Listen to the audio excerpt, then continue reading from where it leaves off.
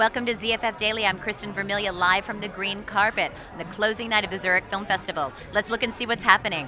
What's going to be the best part of tonight? Well, I think the party, but I think the ceremony will be great tonight. I think it will be amazing, but I also think the party could be quite sensational. Can you spoil a surprise for us? No, I can't. I'm so sorry. Please? No, I'm so sorry. How many Zurich Film Festivals have you attended so far? How many Zurich Film Festivals? 9. 9? Oh, 9! What's going to be the best thing about the ceremony? It's my first time that I see Hanneke, so let's say hi to Hanneke. What is going to be the best part of tonight? Oh, was der beste Teil des Abends sein? Werden wir sehen, keine Ahnung. I actually don't know who won any of the categories, so I'm looking forward to being surprised.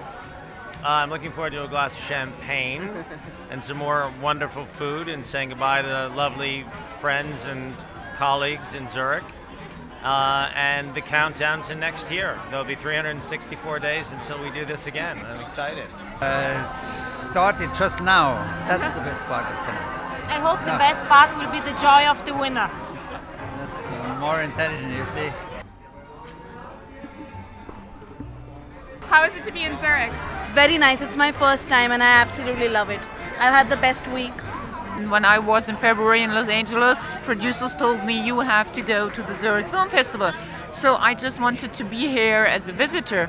But then the film festival called me and asked, do you like to be the president of the jury? And I was so surprised, and I screamed, shouted, jumped, and said, oh, I would love to do that. And so I'm here.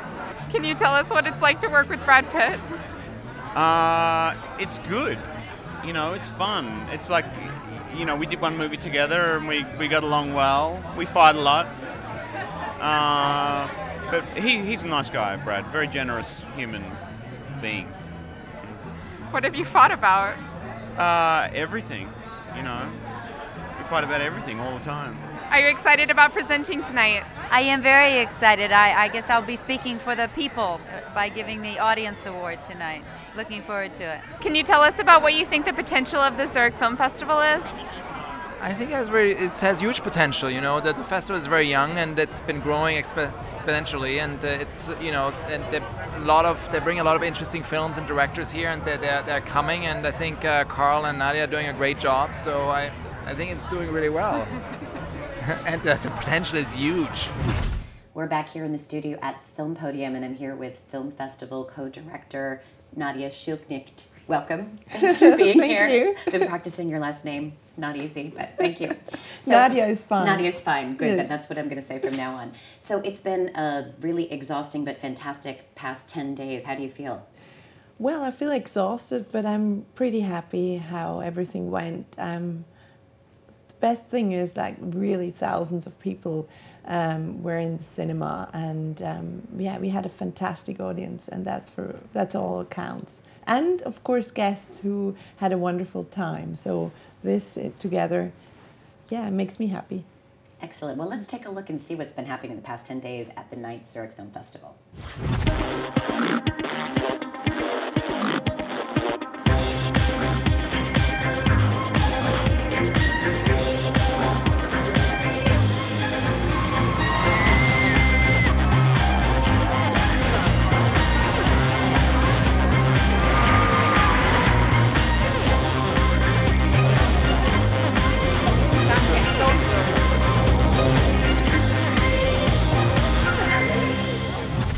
About some of the milestones and the important moments over the past 9 years, things that stand out to you that you remember?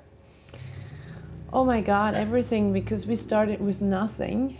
Means like we had like a telephone and an idea, and Carl and I really had nothing. And so there were so many milestones in these 9 years. And of course, when one big one was with the case with Roman Polanski, that changed a lot. But I think I don't know, actually each year we had like quite a milestone behind us, and I think each year we do a progress, and so it's hard to pick out like really the milestones. Probably also for me, the first highlight was when Oliver Stone came to Zurich. He was one of our first really famous directors, and I think that was a start, that people started to recognize at least the Zurich Film Festival, and that's nice. And now it's really cool that people are really talking about the Zurich Film Festival abroad, and this is really nice to see that the people love to come. And so, as we know, Hugh Jackman or like Harrison Ford, and for us a big surprise and an honor was also Harvey Weinstein. Yeah. Absolutely, it was great to have all of them. That was for us great to have. I mean, he's one of the best and the biggest producers in the world, and for us it's very important that somebody like he's here, that he will see the festival and that he has an idea about it, and you know, he has a lot of movies coming out. Yes, so I hope he will be back. Good. Well, that brings me to my next question, which a lot of people will say, how do they get the stars here? How do they get, you know, these big names here? Well, it is difficult. It's not like that we call them up and say, hi, do you have time? It's like a real big process with the managers and publicists, and also it is very difficult to get them. I mean, usually it is when they are on tour with a film, then it is more easy because they have something to promote, and also because of the costs, you know. I mean, we can share them with the majors or with another festival, and that's then okay for us, then we can be in it, because otherwise we cannot handle it because we don't have the budget for that. And yeah, that's how we do it. And also I think the guest relationship is very good. I mean, like the hospitality, I mean. So that's what people have in mind when they go back and they think like, oh, I had a wonderful time, and they will speak with others about it. And the world is small in a way, you know, so that's why it is like this, that people really talk around. And yeah, I think in LA we have a good reputation. Yeah, no, I think you're right, and people do talk about it, and some of the people that have come back year after year, I know, talk about how they just feel really taken care of here. And you know, that was from the beginning on very important for myself, because I traveled a lot in my life, and I really realized how boring or how lonely it could be. And I think it's very important that you get, you know, that you have the chance to meet people, that you have a good time. And I think Zurich is the perfect city for it, because it's small. On the other hand, it is still kind of world city, and it's easy to fly in and out. And it's easy to go around, and you still feel comfortable. It's not too small, you know what I mean? Right. And people leave you quite alone also, like you have your privacy as a star. So for them it's really cool. And so we, and also for the young directors, then it's really cool, because for instance, Harvey Weinstein, he was at the Frauenbody. I took him to this party, and yeah, he sat there, and it was so easy to go to him and have a little chat. You can't do this in LA, so it's very difficult there. Here, everything is a little more easy, and I think this is the goal a little bit also from Zurich, that it is easy, that people can, you know, meet each other and build up something, and probably. I don't know, do a project together. Yeah, no, I think you're right, and I think it's been a really successful part of the festival. Yeah. Well, one of the stars that was at the festival this year was Harrison Ford, who was here to pick up his Lifetime Achievement Award, so let's take a look at that. Harrison Ford is one of the most popular actors in Hollywood. The Zurich Film Festival honored him with the Lifetime Achievement Award on Friday night.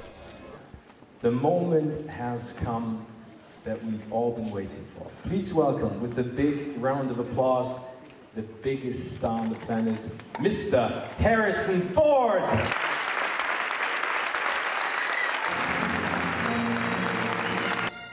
His career breakthrough came with the role of Han Solo in George Lucas's Star Wars in 1977.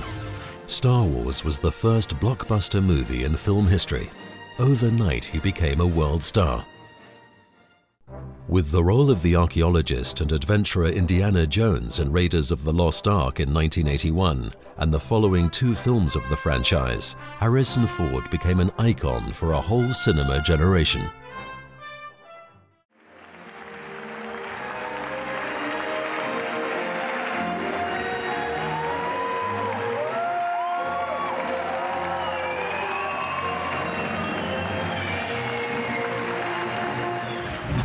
So next year is going to be the 10th anniversary, the 10th year of the Zurich Film Festival. Do you have big plans? Oh, well, you know, first we had to actually do the 9th Zurich Film Festival, and I think after some week now I will think about the 10th anniversary, and I hope it will be a special year. Of course, I don't know if we can expect more, but I hope that people, you know, celebrate with us, and we'll see what's coming up. But we're looking forward to it. Me too. I'm sure it'll be fantastic, as all of the others have been. What's next for you personally? What are you doing? Are you going to get some sleep? What's next? Well, hopefully I get some sleep first, but actually first we have to clean up everything in a way, and there is a lot to do after it's finished. For us, it is not finished. We have to really, you know, clean, as I said, and also the bookkeeping stuff, like not the interesting parts are coming right away. But then on the other hand, we start already with the new festival, like with 10th anniversary, because of course we have to do new contracts with partners and stuff, and so we are already in this process also, so it's like both. And then of course, hopefully I will get 2-3 days rest. Excellent. Good, I hope so too. Well, congratulations on another really fantastic year. Thank you very much. Yes, I hope you get some rest. Thanks so much for being here. Thank you. One of the new things that we did this year at the film festival was have Google Hangouts with Hugh Jackman, and then also co-director of the festival, Carl Sperry. And we also did a Google Hangout with the director of Linsanity. Let's take a look at that. Jeremy Lin is currently one of the top shots in American basketball. He became the first player ever with an Asian background to make it to the NBA. Linsanity is all about the ups and downs in this young man's life, who had so many hurdles to conquer until he could finally fulfill his dream. Director of this film is Evan Leong. Although he flew back to New York earlier than expected, ZFF Daily managed to interview him via Google Hangout. First of all, we were interested in the reason for flying back to New York on such short notice. Well, you know, our movie releases here in the United States on this week, on Friday. So there's a lot of press, a lot of events, a lot of appearances that I had to go to. After all the planning and writing of the Linsanity script, there was still one last question mark. So in the beginning, he didn't want to do the movie at all. You know, he was very hesitant, and you know, he didn't want the, how do I say, attention. He didn't want the attention. He didn't want he didn't want a camera crew, a reality show following him around. He just wanted to focus on playing basketball. In the beginning, Evan Leong's project was planned as a small series of web episodes. During that time, Jeremy's big NBA success kicked in, and suddenly there was a nationwide hype about him. From this point on, the film crew faced great new opportunities. Puts it up! Bang!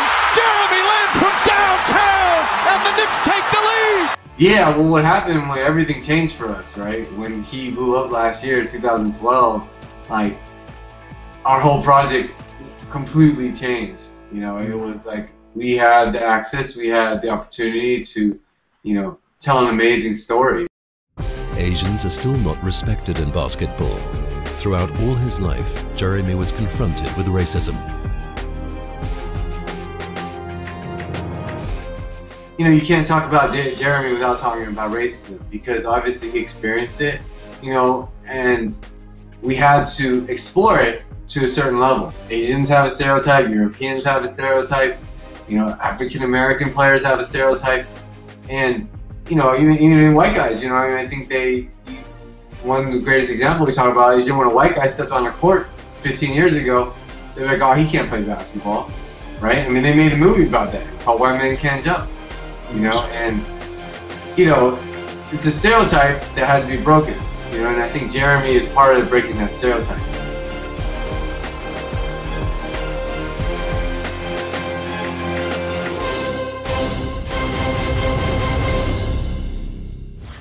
Well, that's it for us here at ZFF Daily. If you've missed any of the shows, go to youtube.com/ZFF channel. We look forward to seeing you right back here next year.